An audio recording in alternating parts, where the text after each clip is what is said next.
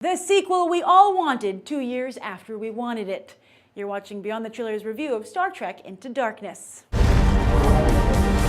We're outnumbered, outgunned. I have no idea what I'm supposed to do. I only know what I can do.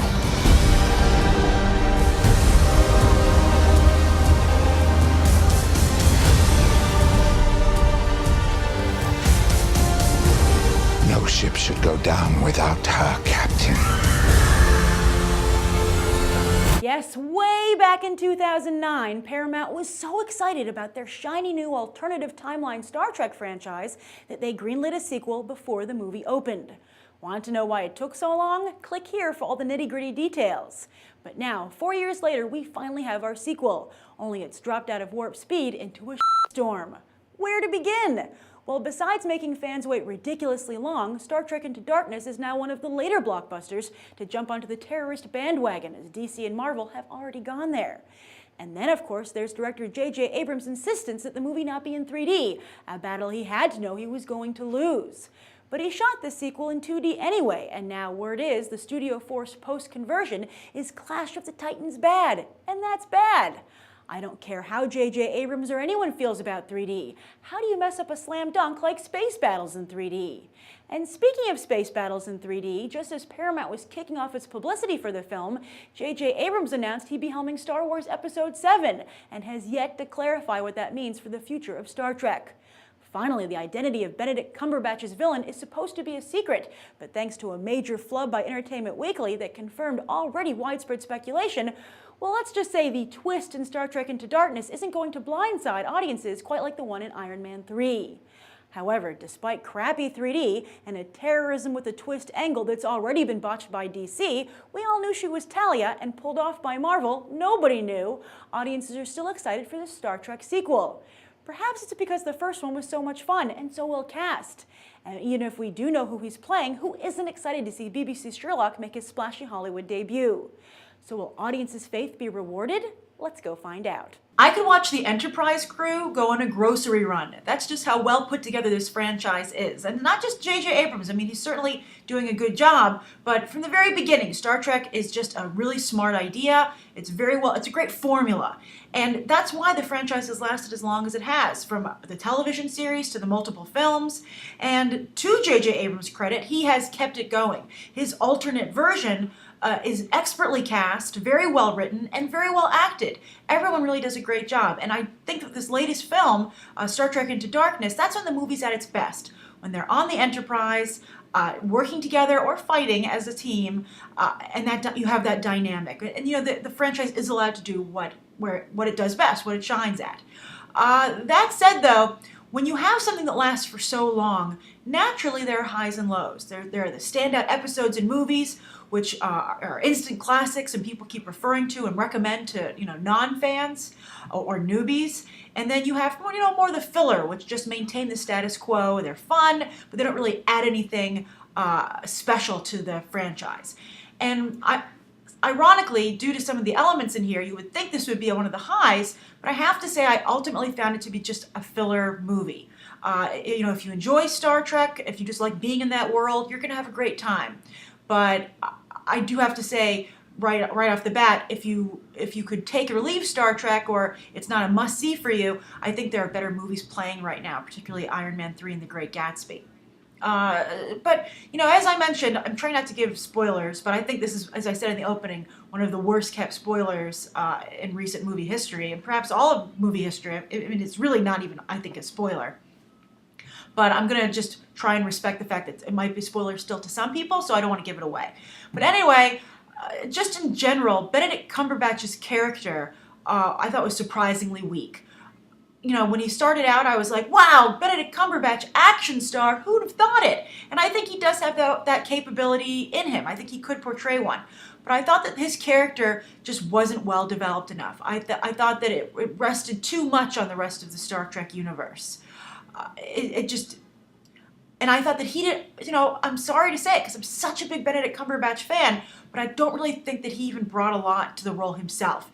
Very generic villain, at no point was I ever, conflicted or thought, I'm going to maybe root for this guy too. I mean, by the end of the movie, I really kind of agreed with the Enterprise crew that he just was a complete ass. Sorry. And it was interesting because they made such a big deal about him in Benedict Cumberbatch in the advertising that I was feeling kind of bad for Chris Pine and Zachary Quinto, being like, well, it's kind of their movie and they're kind of like being left out of it. But when I saw the film, I'm happy to say that they are still the heart of this franchise. And Pine and Quinto do a fabulous job bringing their characters to life. And there is one good thing about this film that I think maybe elevates it above the rest of it, is that there's a great moment between Kirk and Spock towards the end of the film that was really very touching. I was really impressed with it. It was very well done. And it was a really nice moment. Also, Spock has some great moments as well in this film. Quinto doesn't showboat, but he does just a perfect job. I mean, Spock wouldn't showboat, but he really, I think, he carries a lot of this franchise on his shoulders. That leads me to another, problem I had with the movie a little bit, and where maybe it could have used even more Spock. A lot of times when I was watching it, I was like, oh, I can see why they hired J.J. Abrams to direct Star Wars, because this is so Star Wars-y. And to the point where I felt like the line between the two was blurring. And I think it would have really benefited J.J. Abrams and his crew, and all the creatives on this film, on Star Trek Into Darkness, to be like, well, what makes Star Trek different than Star Wars? And I think we really need to emphasize that, because our movie's losing its identity. Because I think J.J. Abrams has that Spielberg sensibility, so that maybe that's what's pulling it into the Star Wars territory, that Spielberg-Lucas sensibility.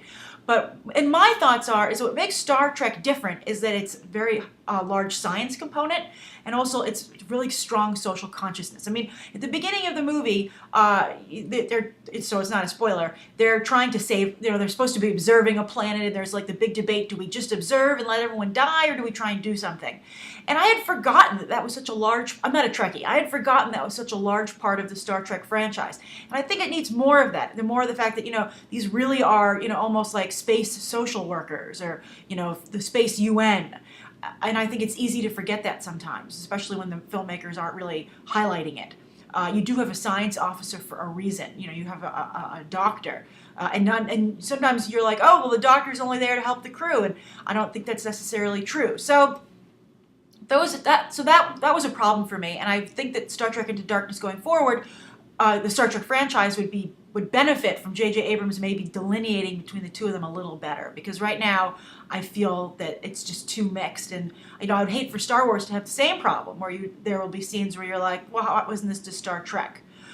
So that's how I feel about the film. I know a lot of you out there are really enjoying it.